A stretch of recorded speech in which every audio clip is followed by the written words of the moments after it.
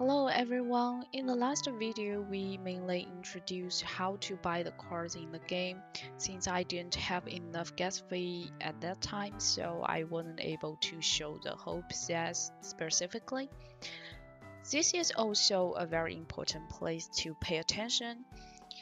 Before doing any operation on XWG and cards, please prepare enough BNB, otherwise the operation may not be completed. Today's main content is to continue to update the skill of the hero in the old version and the new version of the introduction, and will be a supplement to the process of buying cards to show. First of all, we still enter the marketplace. I have already chosen the heroes and cards levels I wish to buy. It should be noted here that there are still many cards that meet the requirements, and if you look carefully, you will find that even at the same price, the attack power and HP of each card will be different. So if you have no requirements for the card's element, just choose a card with higher attack power or higher HP to buy within your budget.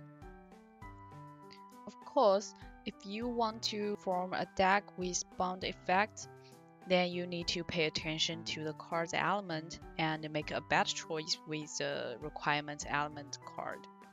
For me, I prefer high attack cards and my deck bond is Charles. After the bond is activated, there is no requirement for the subsequent card element purchase.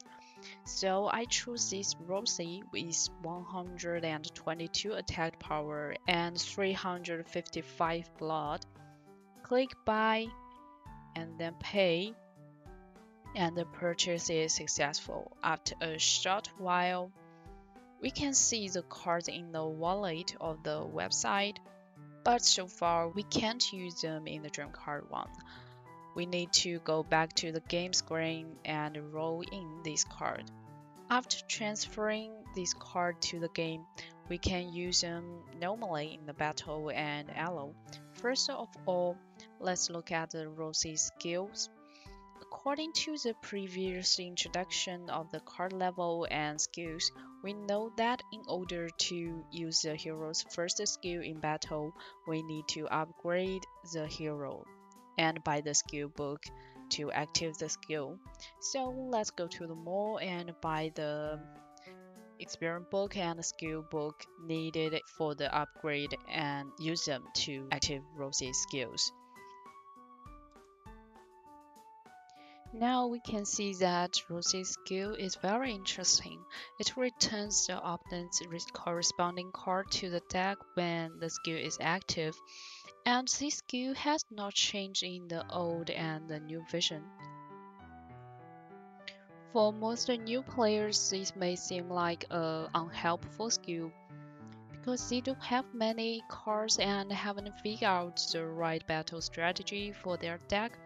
However, for the old players, this hero can sometimes change the outcomes of a battle, because when the number of the cards is high, players will place cards in the order of their opponent's cards.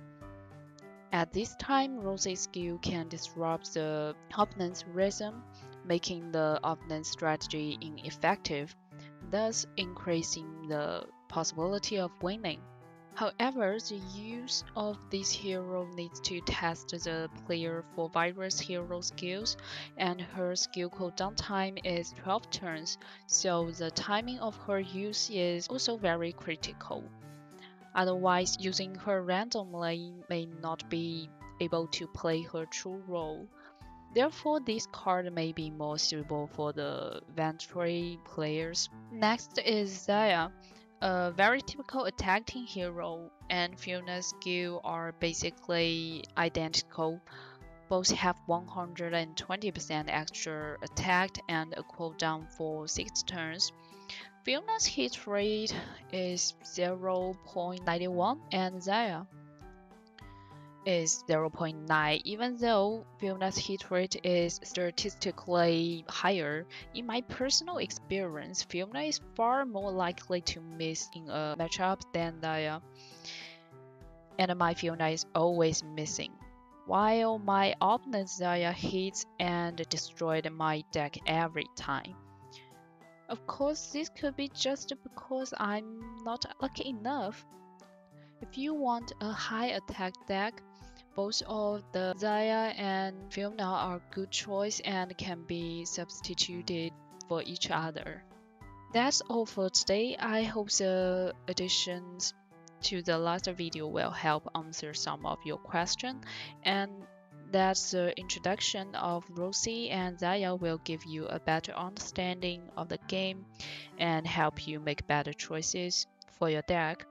If you still have any questions about the game, welcome to share in the comment section.